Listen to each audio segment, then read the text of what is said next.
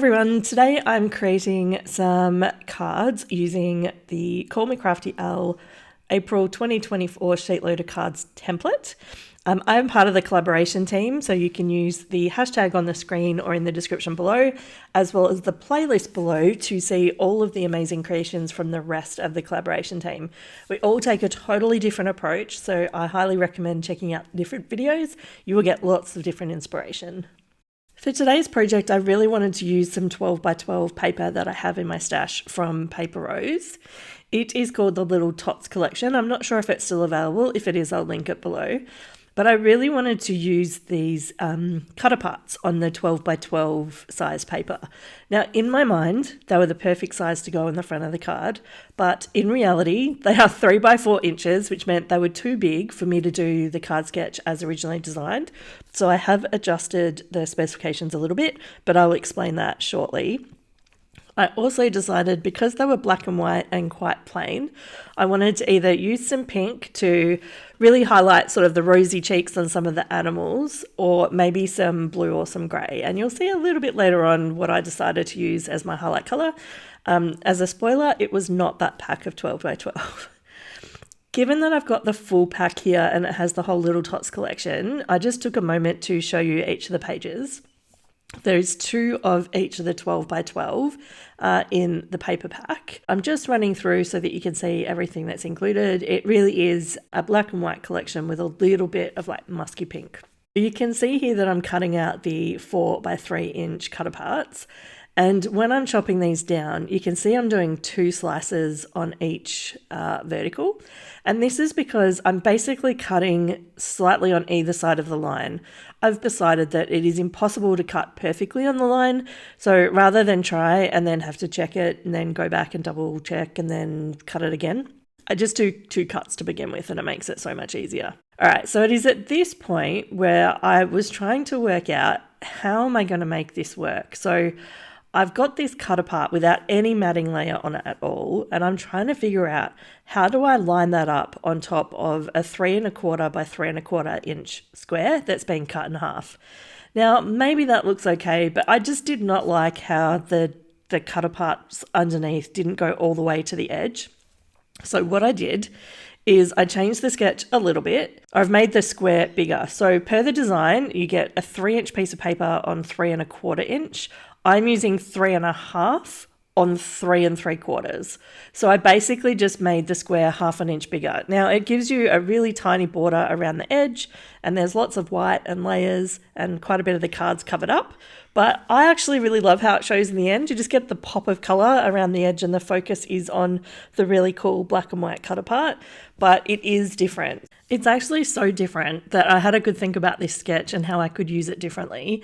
And I've decided to do another video using the sketch again with the correct dimensions, but this time I'm actually going to use a whole paper pad. So if you're interested in that video, make sure that you hit the subscribe button and the notification bell, and then you'll get an alert when I release that video. It should come out in the next week or 2.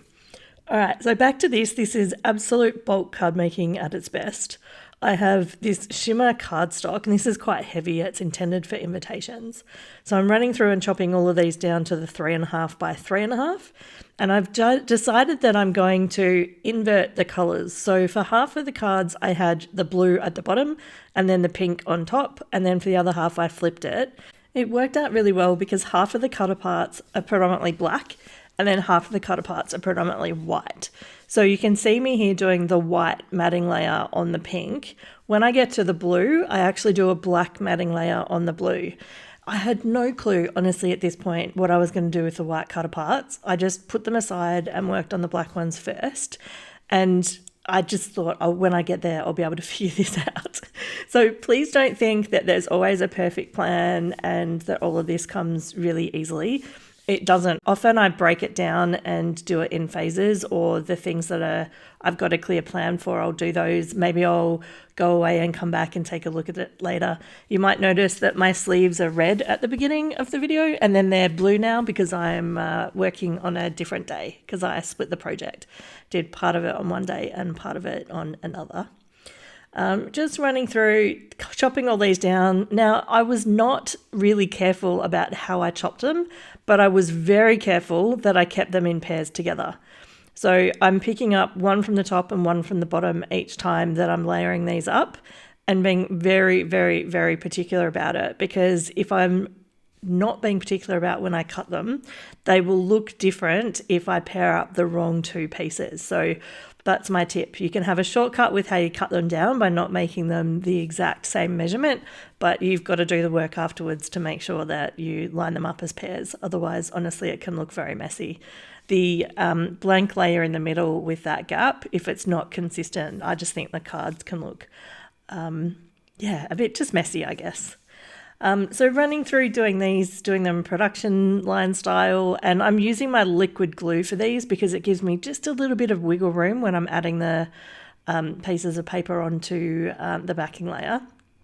Now here's where I've moved on to the black matting layer, and so for these I'm literally running through doing them in pairs. There's nothing special here. I attach them to the cardstock and then I trim it down rather than cutting the matting layer to a specific size. Often I'll do it the other way if I can have a consistent size of cut apart, but these ones, because of the way I cut them down, they just seem to be slightly off, which meant this was easier, and when I trim them all down I just have to do it once. So here I am with the blue onto the black, like I mentioned earlier. This project was so simple. I did not have to do any stamping, any colouring, any thinking at all, and I got to use these super cute cut aparts. When I donate these cards, I think they're really going to love them, because just the little characters and the little bears and the little uplifting messages are going to be absolutely appreciated. And because they're not specifically birthday or thank you cards, which is what I traditionally would make the most of, it means that there's going to be quite a bit of flexibility about how they get used by the charity, which I think is also something that they find super helpful also. If you're enjoying the video, it would be great if you could hit the like button. That is how YouTube decides to share videos with more viewers, so thank you very much, it's appreciated.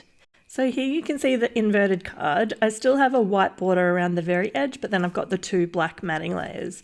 So my question for you is, do you prefer the one with the black matting layers or the ones with the white matting layers the best? Maybe you like them both the same, that's okay as well. If you love using SheetLoad templates, then you might enjoy my video on my top 5 with lots and lots of examples for you. Have a great day.